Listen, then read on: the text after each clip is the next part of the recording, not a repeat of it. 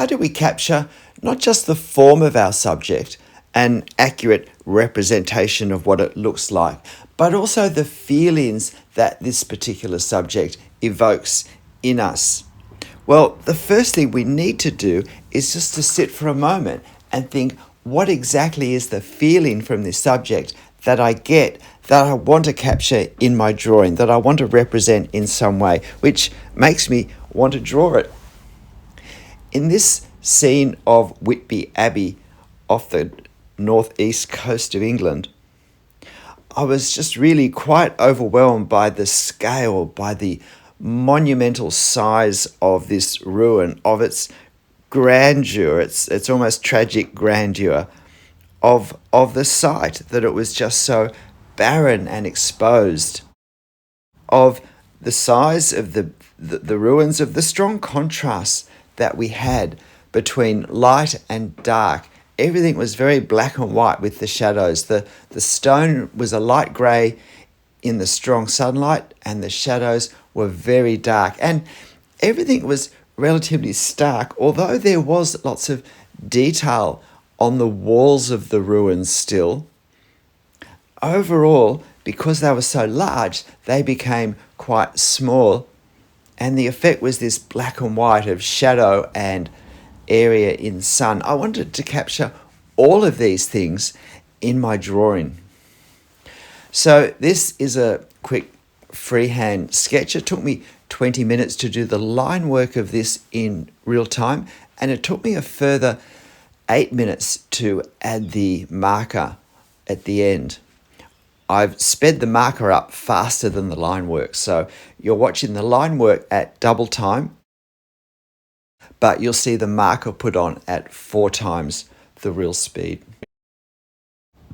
This is very quick drawing in lots of ways. I'm not using my pen to measure the angles. I'm just eyeballing all of this at this point, because sometimes moving a bit faster helps us to capture what we're after.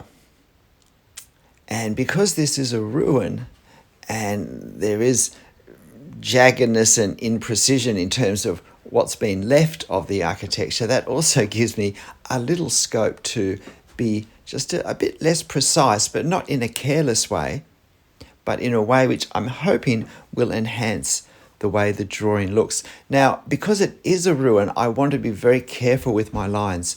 I don't want to have too many straight lines, particularly horizontal straight lines. I really want to capture the sense of tumbled silhouettes, of ragged edges. But equally, this is a quick drawing, so there is going to be some sort of compromise between these two factors. Now, one of the most important things with these front windows is just to make sure, because I know I'm going to be using marker over the top, that I preserve the white space where I want these reflections of light to show through,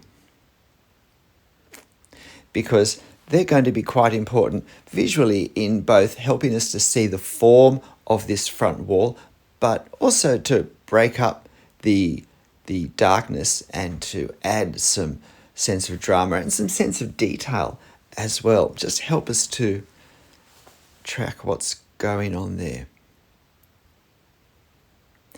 And because I know that I'm going to be putting a fairly dark marker over the top, a fairly dark value of ink over the top, I can actually draw less detail than I normally would, because this drawing won't be relying on line only. And when I'm doing small bits of hatching here, I'm really only doing that just to help myself stay on top of exactly what lines are representing what forms. I'm not doing it for the sake of the finished drawing particularly.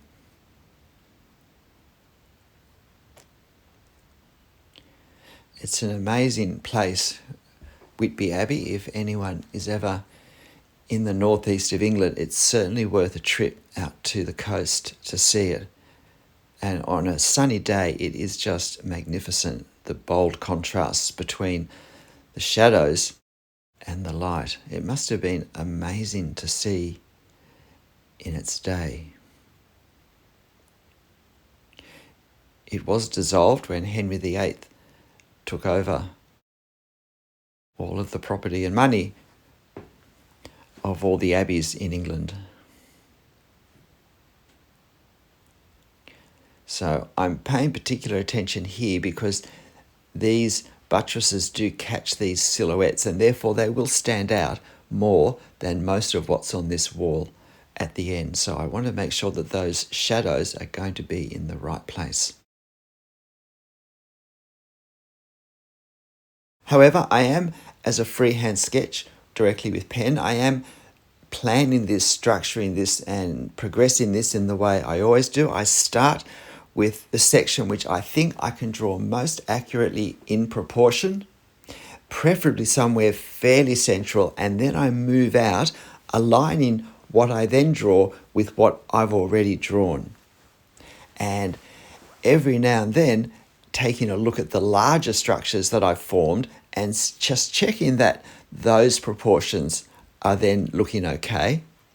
And then if they're not, just looking to see if I can adjust them in some way, add a little bit of extra line work on the vertical or horizontal somewhere, just to bring them into proportion better before I move further out again.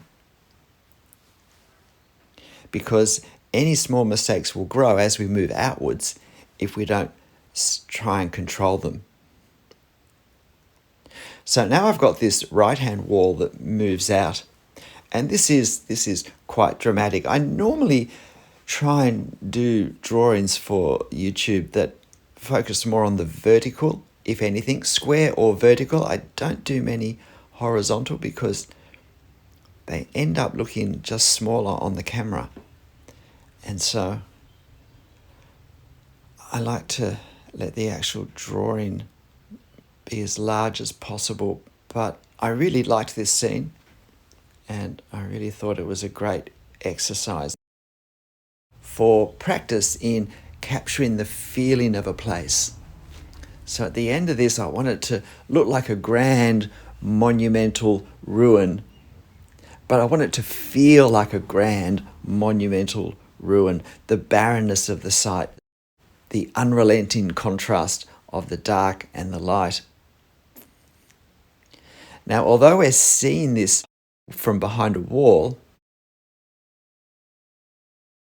it would look just almost as identical if the wall wasn't there, because it's just a very large area of flat grass.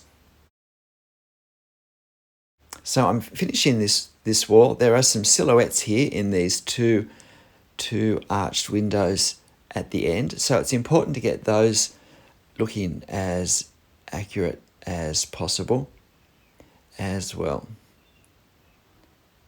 Again, because we have light piercing through this wall, the placement of these windows is just a little bit more important than some of the other ones, which really were just going to be suggestions in the shadows. These windows will have the light coming through, as will the decorative elements of those two end ones. So I'm just about finished the 20 minutes it took me.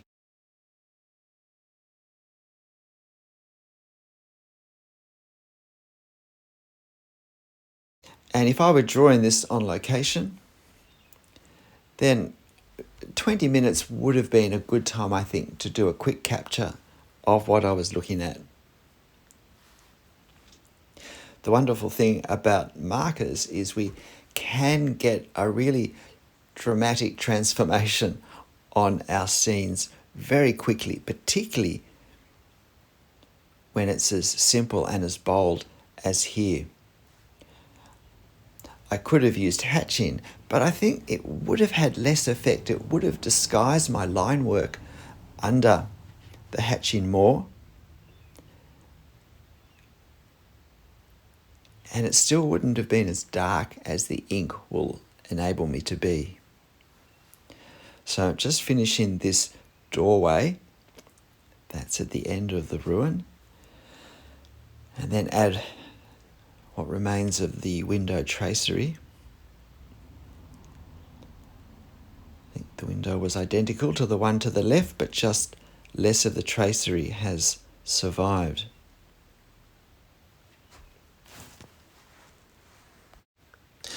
So this pretty much finishes my line work, and I go to my Copic sketch markers. I'm using neutral grey colour, and I've selected the N5 marker. So they start at 0, so this is the 6th value, so it's pretty much in the middle of the value range. Now, it's a fairly thick end for some of the fine areas of value that I want to put on, so I'm taking quite a bit of care to have very light contact with the paper where I want thin lines. And the other thing I'm taking care of is to preserve these white spaces in this front facade, because they are, I think, visually important. But otherwise, it's fairly straightforward. And while I'm doing this, I decide that I'm going to use an N4 to do the value on the left of that central part, just to help it look a little bit further away, so it's setting back, because value does decrease in value as distance increases.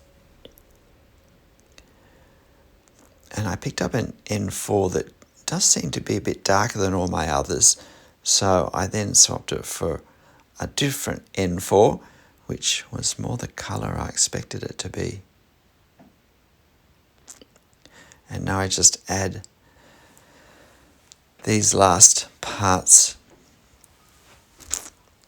I've decided not to do the wall or the tombstones because I really do want the Abbey to stand out. And that's about it. G'day, I'm Stephen Travers. Well, what do you think? Do you think I've captured something of the feel of Whitby Abbey as well as an accuracy of its form?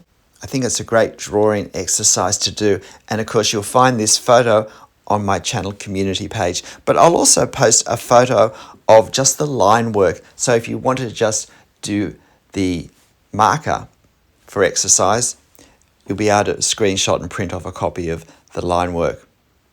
But look, whatever you draw, however you draw it, make sure you have fun. I'll see you next time. Bye.